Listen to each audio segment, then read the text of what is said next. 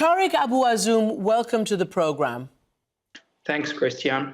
Tareq, I want to ask you, I want to hear from you yourself. How difficult is it to work as a journalist in Gaza? Personally, for me, it's a very difficult experience because we have been dealing and working under really tough circumstances as we have forced to go to areas that's supposed to be, let's say, an areas of confrontations just to deliver the truth and to deliver all the latest and serious developments on the ground. And we've been moving from the beginning of the war from place to another after receiving different orders from the Israeli military in order to be away from the ongoing bombardment. So it's completely a tough job right now, as they are very keen on delivering and reporting the truth to the international audience. At the same time, you need to focus well on maintaining and affording all your basic and humanitarian basic supplies amid these unbearable conditions. Yeah, I mean, it really is, and we can only get a glimpse of it from the outside, and we're utterly dependent on you all with your iPhones, your cameras, to keep showing what's going on.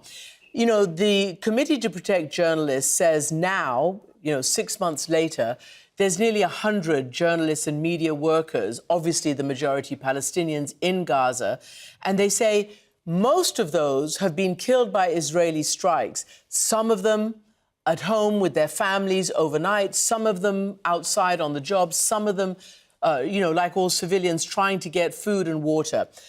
What has your experience been? Have you lost friends and colleagues? Well, it's really hard to describe that, Christian, specifically that we've been witnessing multiple losses since the beginning and the outbreak of this conflict. Since day one of the fighting, journalists have been killed. Some of them, as you mentioned, have been killed along with their family members. Some of them at work. Some of them are arrested, taken to undisclosed location. And me personally, I've lost a number of my colleagues during reporting and during the coverage here in the territory. I've lost my friend Samar Abu who has been killed alongside during his reporting in Khan Yunis city. He has been left bleeding for 6 hours, as also our colleague Walid Dahdu has been critically injured. And those upscaling attacks against journalists really impose a high risk on the lives of journalists. And also in the last couple of months, I've lost my colleague Hamza Dahdu, who has been hit with a drone missile as he was covering and trying to film one of the latest Israeli attacks on Rafah district in the far south of the territory. I've been sharing lots of memories with those people. They are close to me as we've been talking about multiple